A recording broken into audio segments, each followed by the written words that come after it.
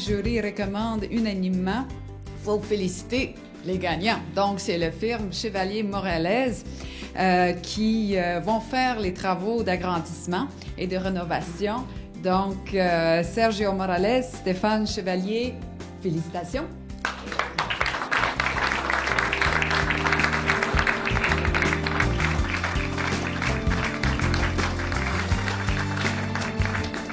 Bienvenue, good afternoon.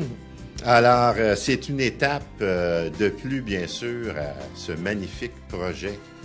Vous savez que Saul Bellow, ça a été un natif de la Chine et on est extrêmement fiers de continuer un peu sa renommée avec l'agrandissement que nous aurons. On parle de pratiquement doubler la superficie de la bibliothèque actuelle et on en est extrêmement fiers. Et cette bibliothèque de Saul Bellow est le 4e concours qui est issu de notre programme RAC, dont le programme de rénovation, agrandissement et construction.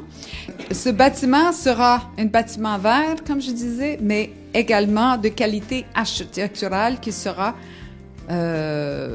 intégré pour aller atteindre la certification LEED de niveau or. Et ça, je félicite l'arrondissement de se donner un tel objectif. C'est suite à une entente entre le gouvernement du Québec et la Ville de Montréal, où le gouvernement participe à la hauteur de 40 %. Je pense que nous y mettons 4,3 millions de dollars.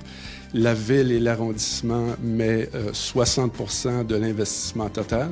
Réparti, je pense, la Ville 40 %, l'arrondissement 20 %. Donc, vraiment une belle formule. Et nous en sommes tous très fiers. Notre défi à nous, c'était évidemment de donner un bâtiment efficace, intéressant, transparent, mais approprié à qui? Aux Chinois, à la communauté. Donc, une partie de tout l'exercice, c'était de trouver une balance entre bibliothèque efficace, entre un site qui est appelé à se développer, évidemment appelé par le fait même la communauté avec ce nouveau bâtiment-là. Une grande partie de cette bibliothèque-là est conservée.